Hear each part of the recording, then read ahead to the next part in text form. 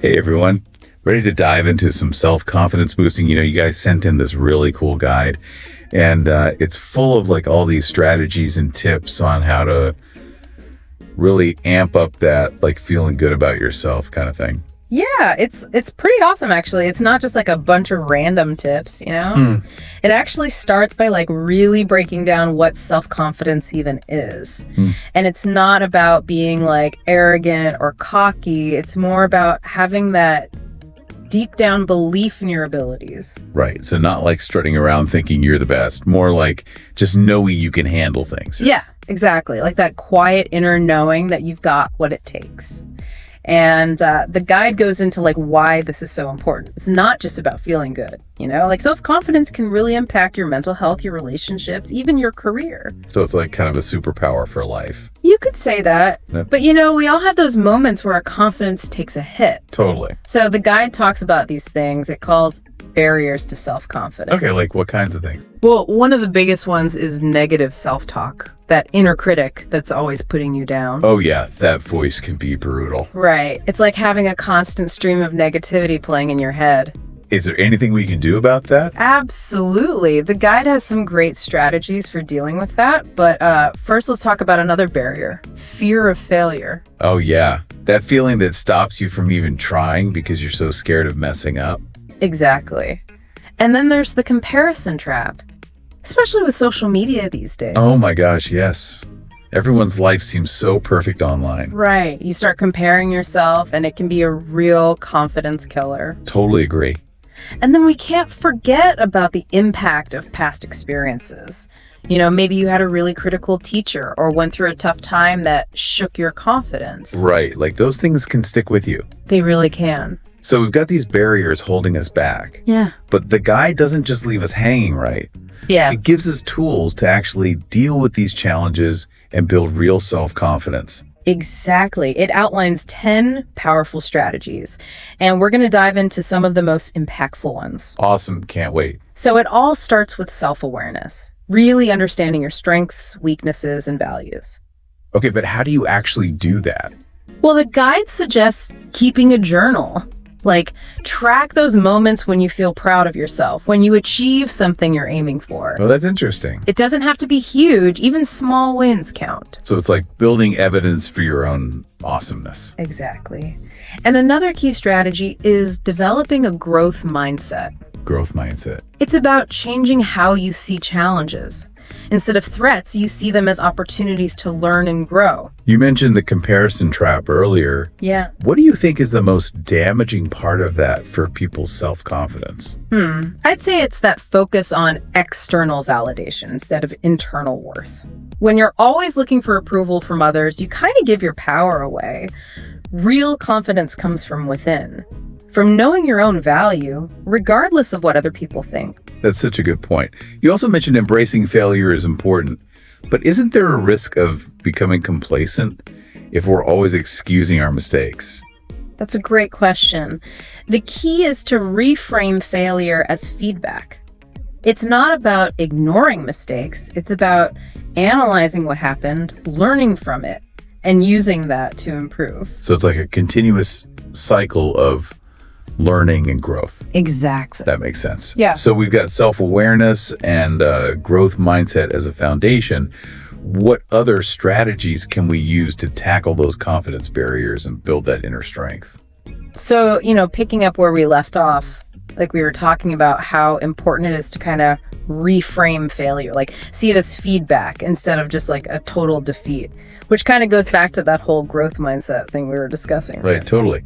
But how do we actually like put all this into practice? I mean, it's one thing to understand it, but it's another thing to actually do it, Yeah, for sure. And that's where the guide gets really practical. Like it talks about setting these things called SMART goals. SMART goals. Yeah.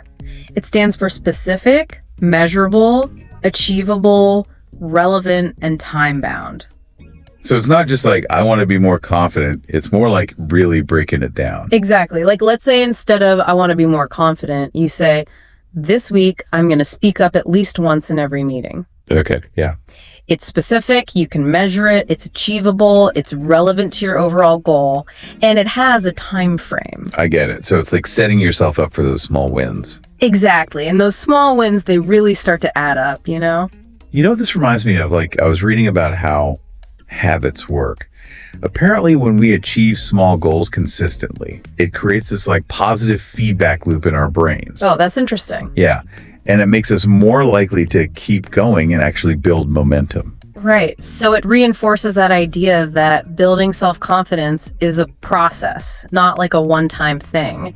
It's about those small steps every day, like those little choices that eventually kind of shift our whole mindset and our behavior too. And speaking of behavior, the guide also talks about something I thought was kind of interesting.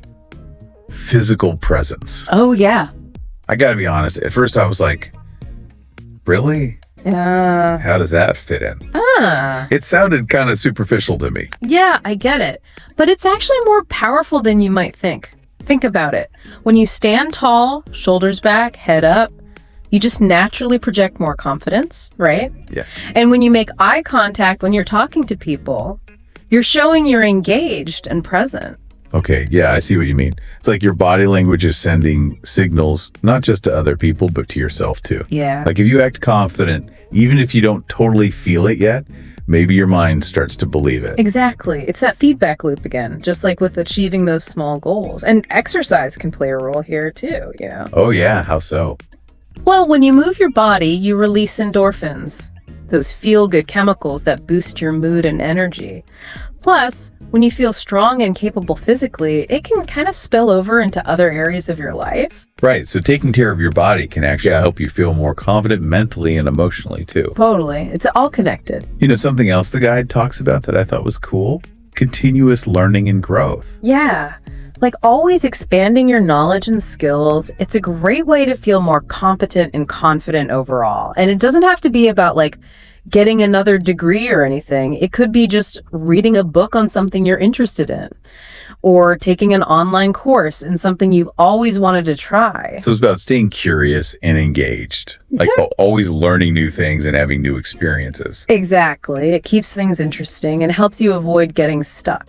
What do you think is the most important thing about continuous learning? I think it's really important to focus on things that you're actually interested in. Things that light you up, you know? It shouldn't feel like a chore.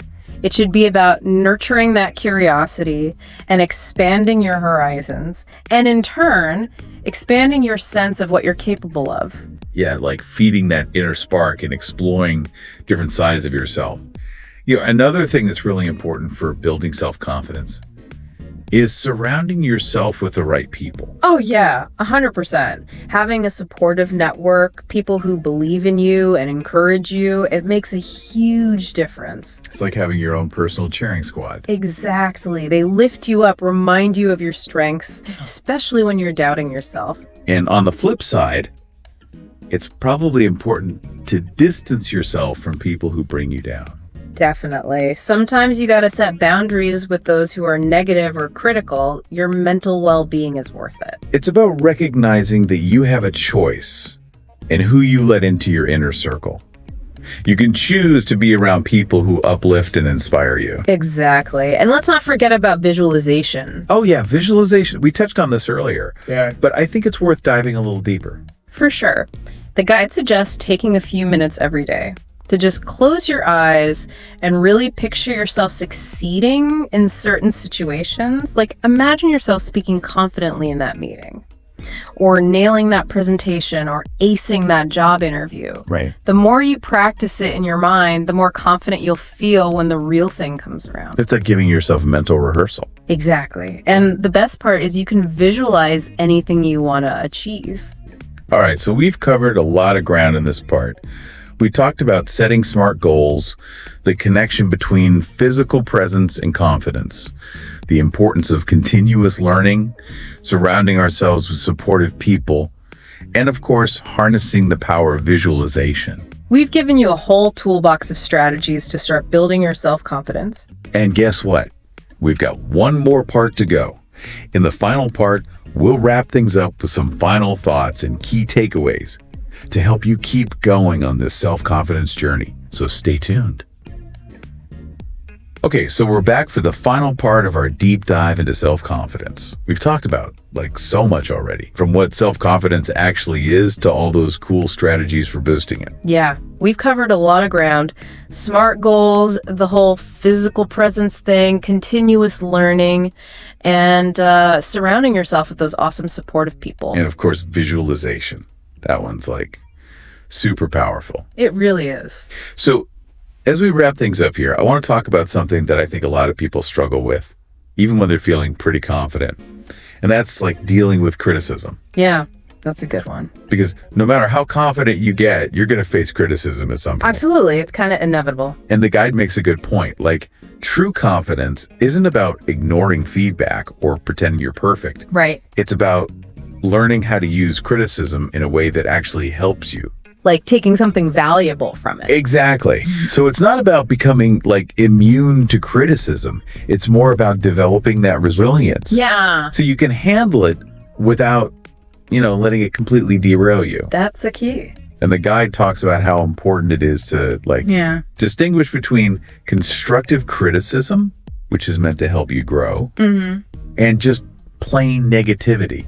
Oh, yeah, there's a big difference. So how do you tell the difference? And more importantly, how do you deal with criticism in a way that doesn't totally crush your confidence? Well, one thing the guide suggests is just take a step back and really listen to the feedback. Ask yourself, is there any truth to what this person is saying? Even if you don't agree with everything, is there something you can learn from it?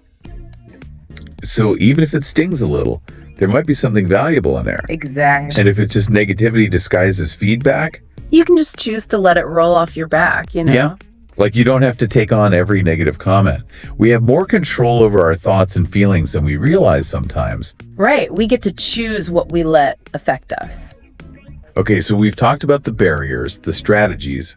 What's the big takeaway here? What do we really want people to walk away with? I think the most important thing to remember is self-confidence isn't something you're just born with. It's a skill. Like riding a bike or playing an instrument. Exactly. And like any skill, you can develop it with practice and the right techniques.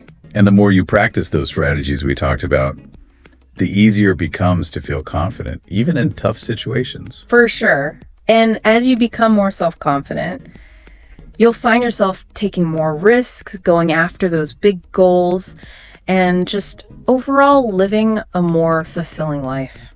It's like you're unlocking your full potential. Yeah. Thinking back on everything we've discussed, that idea of surrounding yourself with supportive people really sticks with me. It's so important. Those people who believe in you, encourage you, celebrate your wins with you. They can make all the difference in the world. So as we wrap up this deep dive, here's a final thought I want you to consider. Who are those people in your life? Who are the ones who lift you up, remind you of your strengths, especially when you're doubting yourself? And how can you nurture those relationships? Make sure you've got that strong support system in place. Building self-confidence is a journey, but it's a journey worth taking. Thanks for joining us for this deep dive. We hope you feel inspired and empowered to go out there and make amazing things happen.